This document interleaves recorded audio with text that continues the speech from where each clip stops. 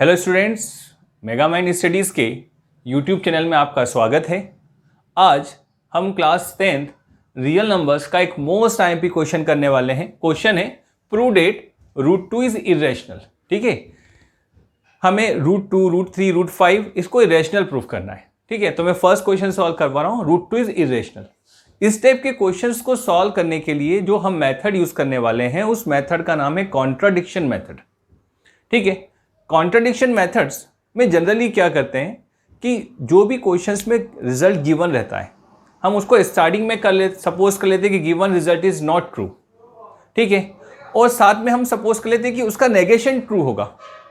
ठीक है, तो उसका नेगेशन ट्रू होगा तो उसको एज्यूम करके हम उसको बेस बनाकर लॉजिकली करेक्ट ऑपरेशन अप्लाई करना स्टार्ट कर देते हैं। ठीक है, और उसको सॉल्व करते करते क्वेश्चन के एंड में हम कुछ ऐसे रिजल्ट पे पहुंचते हैं जो हमारे एज्यूम्शंस को रॉन्ग प्रूफ कर रहा हो। ठीक है, अच्छा, अगर हमारा एज्यूम्शन रॉन्ग हो गया इसका मतलब क्या हो गया कि क्वेश्चंस में जो गिवन रिजल्ट है वो क्या होगा, ट्रू होगा। ठीक है, this is called contradiction method.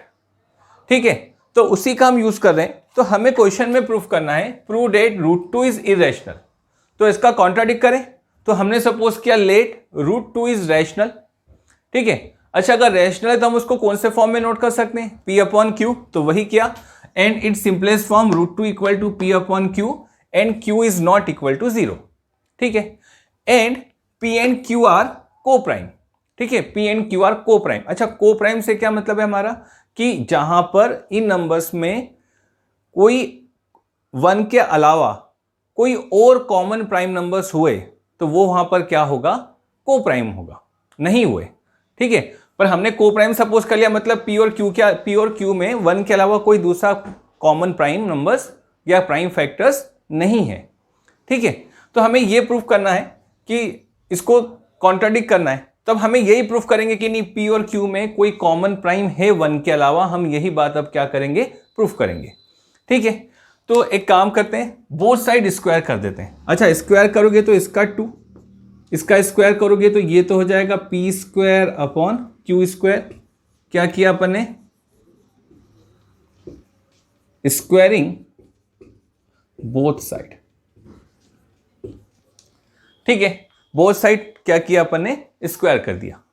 एक काम करते हैं, इसका ट्रांसफर करते हैं। तो इधर ट्रांसफर करेंगे तो ये तो हो जाएगा 2Q² इक्वल टू P²। ठीक है, दिस इज इक्वेशन नंबर 1। ठीक, अच्छा, अब यहां क्लियर है 2Q², तो P² किसके इक्वल है, 2Q² के इक्वल है। इसका मतलब जो P² है वो 2 का मल्टीपल है। अच्छा, अगर P² 2 का मल्टीपल है तो 2 डिवाइड्स P², तो इसका मीनिंग क्या हो गया, 2 डिवाइड्स P²। ठीक है, बट अगर 2 किसी नंबर्स के स्क्वायर को डिवाइड कर रहा है तो जनरली वो उस नंबर को भी डिवाइड्स करेगा। तो 2 डिवाइड्स P। ठीक है, तो 2 डिवाइड्स P। क्लियर, इसका मतलब क्या हुआ कि P का एक फैक्टर कौन हो गया, 2 हो गया। ठीक है, ओके, अगर P का एक फैक्टर 2 हो गया तो इस P को हम सपोज कर सकते हैं late P equal to 2m। ठीक है, where m is some positive integer.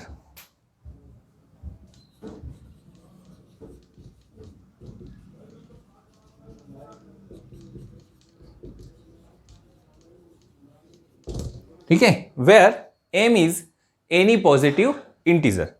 अच्छा, एक काम करते हैं, ये P इक्वल टू 2m है, उसको इक्वेशन 1 में पुट कर देते हैं। तो बाय इक्वेशन 1, ठीक है, बाय इक्वेशन 1, तो 2Q²। ठीक है, 2Q² और P² की वैल्यू क्या हो गई, 2m, तो ये तो हो जाएगा 2m होल स्क्वायर। तो ये क्या हो गया, 2Q², 2 का स्क्वायर 4, m², ये कैंसल, तो हमें वैल्यू मिल गई Q² इक्वल टू 2m²।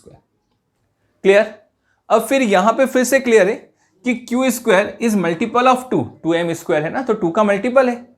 इसका मतलब ये हो गया 2 डिवाइड्स क्यू स्क्वायर, अगेन वही बात करते हैं, 2 डिवाइड्स क्यू स्क्वायर। अच्छा, अगर 2 क्यू स्क्वायर को डिवाइड कर रहा है डेट मीन्स 2 डिवाइड्स क्यू। ठीक है, जो 2 है वो क्यू को भी क्या करेगा, डिवाइड करेगा। इसका मतलब 2 is a factor of Q, जो 2 है वो क्यू का क्या हो गया, फैक्टर हो गया। तो यहां पे हमने प्रूफ किया 2 इज फैक्टर ऑफ पी, और यहां पे प्रूफ कर दिया 2 इज फैक्टर ऑफ क्यू। मतलब जो 2 है वो कॉमन फैक्टर ऑफ क्या हो जाएगा, पी एंड क्यू हो जाएगा। क्लियर है ये चीज? तो दस 2 is common factor of P and Q. ठीक है, बट अगर 2 common factor of P and Q हो गया तो कॉन्ट्राडिक्ट अवर एज्यूम्शन हो गया। हमने क्या सपोज किया था, पी एंड क्यू आर को प्राइम, तो ये क्या हो गया, this is contradict to our assumption. तो इसका मीनिंग क्या हो गया, but P and Q are को prime, this is contradict to our assumptions. ठीक है, कॉन्ट्राडिक्ट टू अवर एज्यूम्शंस हो गया ये। ओके, अगर ये कॉन्ट्राडिक्ट हो गया तो हमने क्या सपोज किया था, √2 इज रैशनल, ये कॉन्ट्राडिक्ट हो गया, तो फिर करेक्ट क्या हो गया, हेंस √2 इज इर्रेशनल। ठीक है, तो √2 is irrational, this is called, ये क्या हमने कौन सी मेथड से सॉल्व किया, बाय कॉन्ट्राडिक्शन मेथड से सॉल्व किया। ठीक है, क्वेश्चंस में गिवन था प्रूव दैट √2 इज इरेशनल, तो हमने कॉन्ट्राडिक्शन मेथड से पहले क्या सपोज किया, √2 इज रैशनल। अच्छा, रैशनल है तो हम उसको कौन से फॉर्म में नोट करेंगे, P upon Q, where P and Q are को प्राइम। अच्छा, को प्राइम का मतलब ये है कि जहां पर 1 के अलावा कोई दूसरे कॉमन प्राइम फैक्टर्स नहीं होंगे। ठीक है, तो कोई कॉमन प्राइम फैक्टर्स नहीं है P और Q में। अब हमें कॉन्ट्राडिक्शन मेथड में यही करना है कि हमें यहां पे कोई कॉमन प्राइम फैक्टर बताना है। तो हमने क्या किया, बोथ साइड स्क्वायर किया, तो ये तो हो गया 2 equal to P square upon Q square. ठीक है, अच्छा, तो इसका क्रॉस मल्टीप्लाई किया तो 2q स्क्वायर इक्वल टू क्या हो गया, पी स्क्वायर। तो पी स्क्वायर 2 का मल्टीपल हो गया, that means 2 divides P square. अगर 2 पी स्क्वायर को डिवाइड करेगा तो डेफिनेटली 2 किसको भी डिवाइड करेगा, पी को भी डिवाइड करेगा। ठीक है, अच्छा, अगर 2 पी को डिवाइड कर रहा है मतलब जो पी है वो 2 का मल्टीपल है, 2 का मल्टीपल है, तो हमने क्या सपोज कर लिया, let p equal to 2m where m is any positive integer. जो m है वो क्या है, कोई पॉजिटिव इंटीजर है। ठीक है, अब ये जो p इक्वल टू 2m है वो हमने इक्वेशन 1 में पुट कर दिया, तो 2q square equal to 2m square, तो 2 का स्क्वायर 4, ये क्या हो गया m स्क्वायर, तो q square equal to 2m square. वापस से वही बात हो रही है क्या, कि जो q स्क्वायर है वो 2 का मल्टीपल है। ठीक है, इसका मतलब ये हुआ 2 डिवाइड्स q स्क्वायर। अगर 2 q स्क्वायर को डिवाइड करेगा तो 2 किसको भी डिवाइड करेगा, q को डिवाइड करेगा। तो अच्छा, यहाँ 2 q को डिवाइड कर रहा है, यहाँ पे 2 किसको डिवाइड कर रहा है, p को। इसका मतलब 2 क्या हो गया, कॉमन फैक्टर हो गया p और q का, तो 2 is common factor of p and q। ठीक है, बट हमने तो क्या सपोज किया था, p एंड q आर को प्राइम। अच्छा, को प्राइम सपोज किया था, मतलब इसमें कोई कॉमन फैक्टर नहीं होना चाहिए था, बट हमने तो बता दिया 2 is common factor of p and q। इसका मतलब क्या हो गया, this contradict to our assumptions. ठीक है, उसका कॉन्ट्राडिक्शन हो गया। अच्छा, कॉन्ट्राडिक्शन हो गया मतलब हमने जो सपोज किया था √2 इज रैशनल, ये क्या हो गया, रॉन्ग। अच्छा, ये रॉन्ग हो गया, इसका मतलब क्या हो गया, √2 इज इररेशनल। ठीक है, बस यही इसकी एक मेथड है और इसी बेस पे बहुत सारे क्वेश्चन बनते हैं। मैं एक और क्वेश्चन आपको बताता हूं, वो आप देखिए। देखो, सेम बेस पे एक और क्वेश्चन किया हुआ है, prove that √3 is irrational. Same है, केवल जहां पे √2 था वहां पे √3 आ गया, तो जहां पे 2 चल रहा था वहां 3 चलेगा, बाकी कोई चेंज नहीं।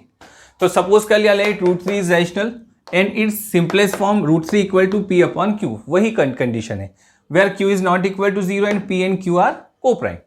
ठीक है, फिर स्क्वायरिंग किया बोथ साइड, तो √3 का स्क्वायर 3, ये हो गया p square upon q square, इसका क्रॉस मल्टीप्लाई किया तो q square equal to 3p square.